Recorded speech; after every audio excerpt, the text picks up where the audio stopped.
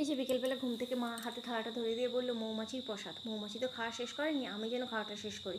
হ্যাঁ হ্যাঁ, আমি তো পারবো খেতে, না খেতে পারলে হয় বলো? তারপরে এই যে দেখো, ওই জিনিসটা কি তোমরা কি জানো? জেনে থাকলে কমেন্টে জানিও, খেতে কিন্তু দারুণ লাগে। তারপর বসে বসে বেশ আনন্দে ফল খাচ্ছিলাম, হঠাৎ করে শ্বশুরমশাই এসে এই যে ফদ্দটা হাতে ধরিয়ে দিয়েছে, বলছে কী কী আছে দেখে নিতে। ফদ্দটার ব্যাপারটা পরে বলছি, এটা এখন গোপনই থাক। তারপরে যে রান্নাঘরে এসে দেখি রাতের খাবারের জন্য তোড়জোড় পড়ে গেছে, কারণ সবাই মিলে একটু ঠাকুর দেখতে যাওয়ার প্ল্যানিং আছে।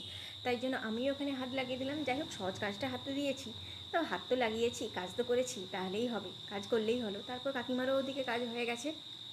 তারপর হঠাৎ করে যেহেতু ঠাকুর দেখার প্ল্যানিং হলো, আমি জানতাম না, তাই জন্য এই যে কাকিমার শাড়ি ব্লাউজে একটু ভাগ বসিয়ে দিয়েছি, এটা পরবো। যেহেতু আমি যে শাড়িটা পরে এসেছি আর সেটা পরলাম না, আমি তো একটাই পরে এসেছি, আর নিয়েও কিছু আসিনি, আগে থেকে জানতাম না, তাই জন্য এই যে কাকিমার একটা শাড়ি ব্লাউজ নিয়ে চলে এসেছি।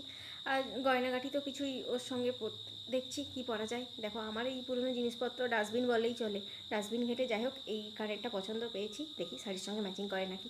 তারপর নিচে এসে দেখি এই যে রান্নাবান্না শুরু হয়ে গেছেই বললে চলে, উনুন ওখানে জ্বলে গেছে, রুটিবেলাও শুরু হয়েছে। দেখো, রান্না শেষ না হতে হতে এদের পেট পুজো শুরু হয়ে গেছে। চলো।